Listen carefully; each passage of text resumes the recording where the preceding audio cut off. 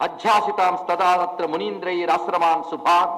ఎప్పుడైతే దారుకావనానికి చేరుకున్నారో అక్కడున్న మునీంద్రులందరూ కూడా ఈ నారాయణుని యొక్క మోహిని రూపాన్ని చూసి వాళ్ళు ఆశ్చర్యచకితులై మోహితులవుతున్నారు. ఈ లోపల పరమేశ్వరుడు ఆ మునీంద్రుల కుటీరాల వద్దకు భిక్షుక రూపంలో వెళ్ళి నిలిచోగానే ఆ కుటీరాల నుంచి వస్తున్నటువంటి ఆ మునికాంతలందరూ ఒక్కొక్క విధమైనటువంటి అవస్థకు లోనయ్యాట. ఒక ఆమె చేతిలో పువ్వులు పట్టుకున్నామే ఆ పరమేశ్వరుని చూసిన వెంటనే సంమోహితురాలే దోషుళ్లతో ఆ పువ్వులను పట్టుకుని స్వామి యొక్క పాదాలపై వేసినది. ఇక్కడ అతిశయోక్తిలా కనిపించిన ఒక చక్కటి భావాన్ని చెప్తున్నాడు. కావ్యన్నాభావతస్తస్మై దాతు మాదాయ తండులాన్ నిర్జగామ బభూస్తే పాణౌ పక్వాహ స్మరాగ్నినా. ఆ పరమేశ్వరుని చూసిన వెంటనే ఒక మోహం కలిగింది ఒక ఆమెకి.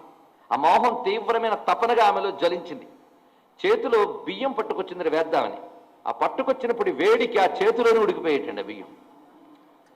అంటే వాళ్ళకి కలిగినటువంటి ఆ తీవ్రత చూపిస్తున్నాడు. ఇలా ఒక్కొక్క రకమైన అవస్థకు లోనయ్యారు. పరమేశ్వరుని చూడగానే మోహితులయ్యారు.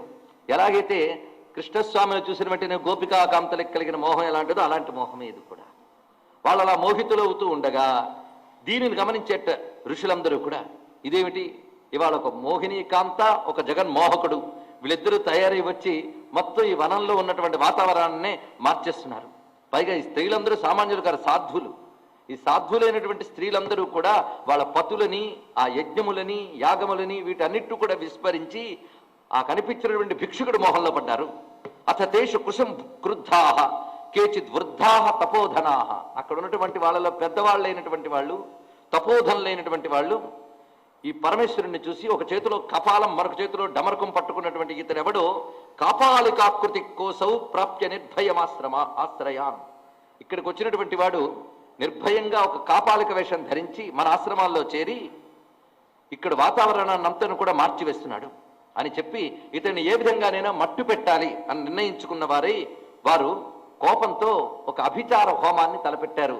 అక్కడ ఉన్నటువంటి మునులందరూ కూడా నిర్మలం శివముద్దిశ్య సర్వదోష వినాశనం అవిచారైన తే చక్రురాభిచారాన్ తపోధనాః.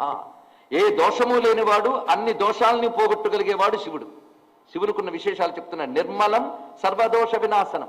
నిర్మలం అంటే తనకే దోషము లేనివాడు, అంతేకాదు ఆశ్రయించిన వారి దోషములన్నీ పోగొట్టేటువంటి ఆ పరమాత్మ. అటువంటి ఆయన పట్ల దోషాన్ని వీళ్ళు ఆరోపణ చేసి అవిచారేణ కాస్త విచారణ కూడా చేయలేదు. ఇది చెప్తున్నారు ఇక్కడ. అంటే కర్మలు మొదలైనవన్నీ చేసినంత మాత్రమున విచారణ యోగము వస్తుందా? రాదు అనడానికి వీళ్ళే ఉదాహరణ. మనకి ఇలాంటి కథే భాగవతంలో మునిపత్నులను అనుగ్రహించిన కృష్ణ కథలో కూడా కనిపిస్తుంది. అక్కడ ఇక్కడ కూడా చెప్తున్న తత్వం ఒక్కటే. కర్మలంపటత్వాన్ని దాటినటువంటి వారే పరతత్వాన్ని గ్రహించగలరు అని ఇక్కడ. అందుకే రెండు విధములైన అవస్థలు చూపిస్తున్నారు. మునిపత్నులు, మునులు. మునిపత్నులు స్వామిని చూసిన వెంటనే వాళ్ళు మోహావస్థకు లోనయ్యారు. అది కొంత నయం. అందులో ఆ స్వామిని పొందాలనేటువంటి తపన కలుగుతున్నది ఏ భావం చేతైనా. ఇక్కడ వీళ్ళు క్రోధభావానికి లోనయ్యారు.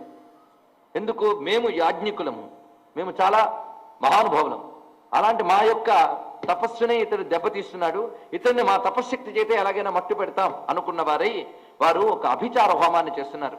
ఈ అభిచార హోమంలో రకరకాలైనటువంటి మాయా వస్తువులను తయారు చేసి పరమేశ్వరుడివి ప్రయోగిస్తున్నారట. తథా చిత్తేషు నేత్రేషు ప్రజ్వలత్కోపవన్నిషు తత్కర్మ విపునే తస్మిన్ తేషు కుర్వత్ సుభీతిదం. భయంకరంగా ఉందిట హోమం చేస్తూ ఉంటే. ముందుగా వాళ్ళు దాని నుంచి ఒక పులిని సృష్టించట. ప్రభభూవ అతివేగేన వ్యాఘ్రస్తస్మాత్ ధవిర్భుజాత్. అక్కడ ఉన్నటువంటి